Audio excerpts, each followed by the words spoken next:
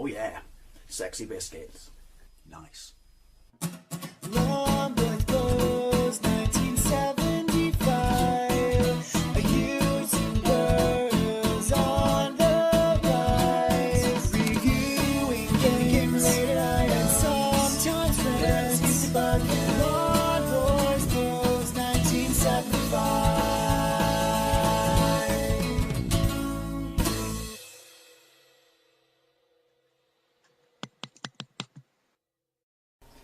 Welcome to another arcade versus home ports. In this video I will be playing Final Fight. We all remember Final Fight, don't we? Released in the arcades in 1989 by Capcom, and basically an absolutely phenomenal side-scrolling beat-em-up. Took side-scrolling beat-em-ups to another level. Sure, they existed before this and were, you know, great fun to play, such as stuff like Double Dragon, but nothing had been like this big, badass and full of attitude, set firmly in the Street Fighter universe. And this comes in a history point between the original Street Fighter and Street Fighter 2. And it's funny because they mention in this that Hagar, the current mayor of Metro City, is a former Street Fighter. So why didn't he end up in a Street Fighter game? Anyway, so that's the boss of the Mad Gear Gang. He's kidnapped your daughter, and so you and your mates, one of her boyfriends, ooh, what a whore, one of her boyfriends and his friend go to rescue him. It's a simultaneous two-player beat-em-up, and yeah, as I said, it was genre-defining at the time, and blew it all wide open because it looked and sounded so good. It just oozes style, it had massive sprites, amazing music, and was just utterly cool. So obviously I will be comparing it against the Mega CD version because, well, I don't care what anyone says, and I had it back in the day and loved it back in the day on my Japanese Super Famicom, but it never really got a decent port on the SNES. In fact, the sequels that aren't arcade games are better. See, the problem with the SNES version is, obviously, it wasn't simultaneous two-player. You basically had Cody, unless you bought the version that came out a few years later called Final Fight Guy. Guess what that gave you? Yeah, just gave you Guy, or there you go. Why don't they just do what everyone wanted, just make a version with Cody and Guy, because no one liked Hager, whatever his name was. But anyway, yeah, and it had slowdown, and yeah, I mean, we thought it was brilliant at the time, but it is a pretty pants home port, just my opinion. If you love it, good for you. Boring matter of fact, Robin Williams named his son Cody after Cody in this. And now he named his daughter Zelda. I mean, the guy loves video games. The guy loved video games. The guy is missed. Right, anyway, so let's get into it. We're going to jump straight into the arcade port. Once again, thanks to that amazing arcade I always talk about in Westwood Ho, I got to play this. I don't think I ever got off level 1 in the arcades, possibly because I didn't have much money. Right, gotta go with Cody, because he's got elbow pads, because he thinks he's a Ninja Turtle. At least he's the only one smart enough to wear shit on his hands to stop him scuffing up his knuckles. Anyway, map, show you start off in the slum with a fuck-off big fence. Be gone, pesky barrels. Right, but yeah, never got off level 1. Even played it with my brother. Guess I was shit. Right, punch, look. Duke 'em up. Jump, and then forward jump. Ow, that looks really rupturing, if you know what I mean. Look, he's wearing... Oh, I never noticed before. He's wearing skinny jeans. I'm sorry, Cody. We cannot be friends. Ow! See what I mean about the noises? Health top left. They get a life bar as well, which is tiny, because I'm obviously buff and in shape. Press both jump and kick at the same time, and you got your get out of jail free card, which obviously takes some of your health. Open the door? Yeah, of course. Again, that was like kind of unheard of. Getting close enough, you can throw them. The music is iconic, the graphics still look, that's going to be the stupidest move ever, but damn, it looked cool back in the day. Yeah, the graphics are fantastic. Sorry, Bill and Ted. Don't forget to eat food off the floor. Seriously, kids, it's a great source of fibre. Did I just pick up, what did I thought I picked up a hammer. Ah, the arcades in the late 80s and early 90s. You were awesome sauce. Awesome Parallax. Look, we're in the slum, but you can see the great city behind, where it's all shiny and good looking. There's a metaphor there somewhere, isn't there? That was Fitness Green from land the bed. This is it though, right? This is where you get stuck in. You get screwed around. Those skinny blokes, they're weird. They look like they should be eating the sandwiches on the floor because they need them more than me. And why did I just backflip away from that? I mean, I know it's style over substance, but it looks stupid. Yeah. Apologies for the flickery thing. That's an emulation thing. It can't handle the lights. But then who can? Oh. Oh, these guys. They're fat, but they move fast. The big guys. Right, let's get out of here. That's what I mean. That cake is useful. Even though it's about to kill me. Such is talent. It's crippling. Kills you on your prime. I mean, if you played this in the arcades back in the day, I'd love to know what a big impact it was on you. More slummage, a car that's completely ill-proportioned, and a smoke. It's a smoke. I never noticed that before. It's a smokestack. Is that noise? That background does look lush. It's everyone from Skid Row in 80s, the band. I just worked out while we're in a slum. Oh, he's the boss. Now, yoink. I've only just noticed he's the bloke on the TV at the start. I always thought he was the main, like he showed up at the end again or something. But hey, who knew? Oh, he's actually making that noise because his jeans are too tight. Right, so he runs off and sits in the subway. I only just noticed that's an entrance to the subway, probably because all the other entrances to subways in this look different. And I don't know, I thought it was like a cage when I was a kid. Never said I was the smartest kid in the world, did I? Be gone, boxing me in. When he jumps, it sounds like 10-pin bowling. Small complaint, I know. Well, it's not, because all these noises are absolutely iconic. Whistle, whistle. Oh, so you got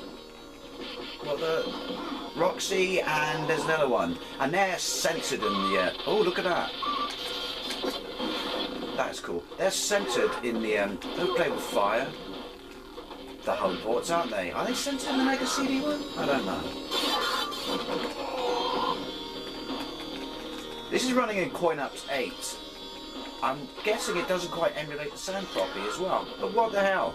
It's the only way I could play the arcade version, and I absolutely had to have it in this arcade versus home port. There we go. How did I not know that was a subway when I was a kid? Especially since it says the word subway on it, and he walked down the stairs. So you're in the subway. Again, look at this. Nothing like this back then. Basically, fighters, as good as they were, and I love Double Dragon, they were boring. This was just like, why can't we be absolutely insane? I just threw a bird through 2 other people and a phone box. This is what I mean. It was just awesome sauce. Anyway, food off. Oh, gold. Let's have a look at the Mega CD version. So, here we go. This is Final Fight CD, because that's right, it has CD in its title, whether it's to remind you that you are in fact playing it on a CD, or of course it was marketing back then because CDs hold so much information. It was released, the intro's been, you know, beefed up a bit. You've got this voice actor who's the most well-spoken, oh, it is Hager, well-spoken and quietly spoken narrator I've ever heard. But it's kind of the original with a little bit of animation chucked in and a few extra scenes. And it's really, really quite cool, obviously, to take advantage of it being a CD. Now, this was released in 1993, a good 4 years after the arcade machine. So, obviously, see what I mean? They've updated it. I've also given it a remix CD soundtrack, awesome source, which is amazing. But yeah, they've wanted, you know, we've wanted an arcade decent, well, perfect port of this for years, and I guess they also called it CD to differentiate between Final Fight and Final Fight Guy, and to some degree the sequels on the SNES. So you know it's a standalone title, and obviously going to be the best. Doesn't need voice acting there, it really, really doesn't. And when you get to Guy and Cody, we're going to skip their voice acting is meh. But hey, it was a CD, and everything about CDs in the early 90s was cool. Oh hey, they've animated him. Right, skip that. Now obviously the first, oh, it's got an extra game mode, Time Attack. The first thing you're going to notice, apart from the fact that it's a CD on the title screen, is the colour palette. Once again, that's to be expected. Comparing the Mega Drive's colour palette to an arcade machine, we kind of figured that. But please note now, oh, CD loading time. Forgot about them. Who remembers those? You got all three characters, as you would expect. Listen to this. That is so cool. Right, we're going to go with Cody again. But yeah, you can even see on this screen that the colours have taken a hit. But, man, you take a hit. If you were a Mega Drive compared to the arcade machine. Loading time. Right, definitely see him now. But look at it. Tell me that does not bear a bloody good resemblance to the arcade. Jump. Ooh, that's awkward. You've mixed the buttons around. But your sound effects. There we go. Amazing. I mean, I never had. My brother had a Mega CD back in the day. But obviously he had it for his pound machine. Pound machines are shit back then. But I do remember reading this in the magazines, and we all wanted, like I said, you can't underestimate the demand there was for a decent port of this. Hell, probably if the SNES one, you know, slowed down and all, just gave us 2 play, which obviously it couldn't because of the size of the early cartridge. But, you know what I mean, this game, people, this, as I said, you know, playing the arcade game, this was the stuff of legend. And yeah, like I said, 4 years later, there was still a demand for a decent Final Fight. And this is considered the best version. None of the home ports, well, they didn't stand a chance, did they? None of the home ports are worth, you know, toss. Spectrum version, big sprites, that's about the only positive I can say, because the rest of it is rubbish. Was that shorter than the arcade? Oh no. There we go. Smokestack. But yeah, Spectrum, Amstrad, Commodore, Amiga and Atari ST versions. Oh dear. Was that slow down? Surely not. It's like a Bon Jovi video from the Slippy When Wet album. Listen to the music though. Love it when they use it to do more than just add in, you know, an intro. They actually rework, remix music and stuff. Obviously, emulation on this can handle the lighting effect a bit better. Or maybe it's not accurate to the arcade. Well, hey, it looks good. Like I said as well, there appears to be no slowdown. There's what, 5 people on the screen?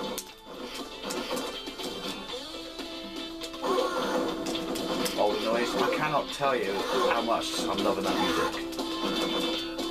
But yeah, the sprites are absolutely fantastic. Now, when we get to Roxy, whatever the other bird's name is, there might be differences there. Are they in pants and not short skirts? I don't know.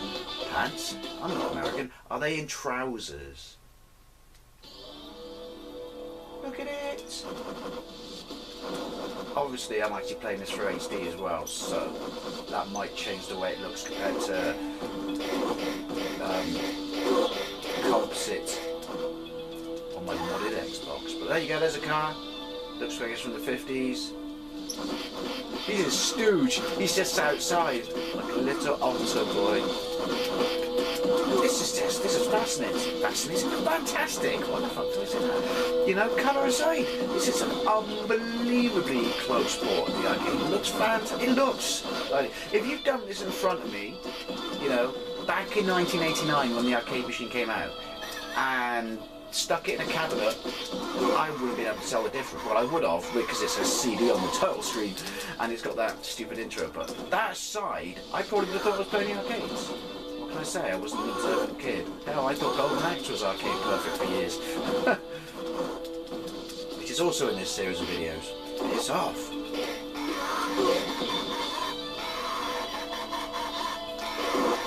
Haha, get some of that in your life. Or, more specifically, your kidneys. Don't.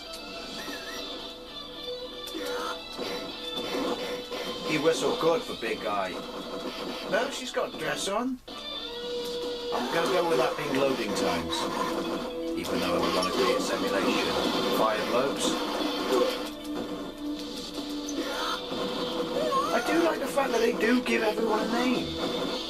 You know, it really lets you connect with them, and not just with the end of your fist. Thrasher,